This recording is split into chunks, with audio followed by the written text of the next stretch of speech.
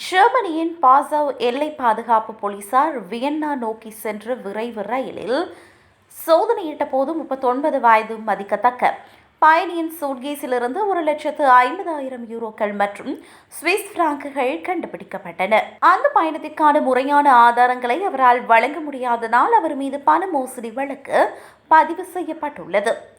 ஜெர்மனியின் A3 நெடுஞ்சாலை மற்றும் ரயில் வழித்தடங்கள் பெல்ஜியம், நெதர்லாந்து போன்ற நாடுகளை ஐரோப்பாவின் தென்கிழக்கு பகுதிகளுடன் இணைக்கும் முக்கிய பாதைகளாக உள்ளன. இதனால் இந்த பாதைகள் வழியாக கணக்கில் வராத பணம், தங்கம் மற்றும் நகைகளை கடத்தி செல்வது சமீப காலமாக அதிகரித்துள்ளது. கடந்த 2024ஆம் ஆண்டில் மட்டும் இதுபோன்ற 17 வெவ்வேறு சோதனைகளில் சுமார் 4 மில்லியன் யூரோக்கள் பணம் அதிகாரிகளால் பறிமுதல் செய்யப்பட்டது.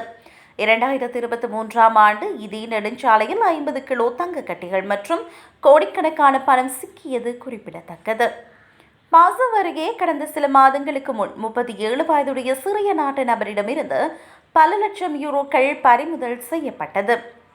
பிப்ரவரி தொடக்கத்தில் நடந்த மற்றொரு சோதனையில் பல லட்சம் யூரோக்களும் அமெரிக்க டாலர்களும் சிக்கின. கடத்தல்காரர்களின் முக்கிய போக்குவரத்து மையமாக இந்த வழித்தடம் இருப்பதால் போலீஸ் கண்காணிப்பு தீவிரப்படுத்தப்பட்டுள்ளது. 2017ஆம் ஆண்டு கொண்டுவரப்பட்ட சட்டமன்றங்களின்படி ஆதாரமற்ற சொத்துக்களை போலீசார் எளிதாக பறிமுதல் செய்ய முடியும். கைப்பற்றப்பட்ட பணம் நேர்மையான வழியில் வந்தது என்பதனை சம்பந்தப்பட்ட நபர்தான் நிரூபிக்க வேண்டும். இல்லையெனில் அந்த பணம் அரசுடைமையாக்கப்படும் என்பது குறிப்பிடத்தக்கது.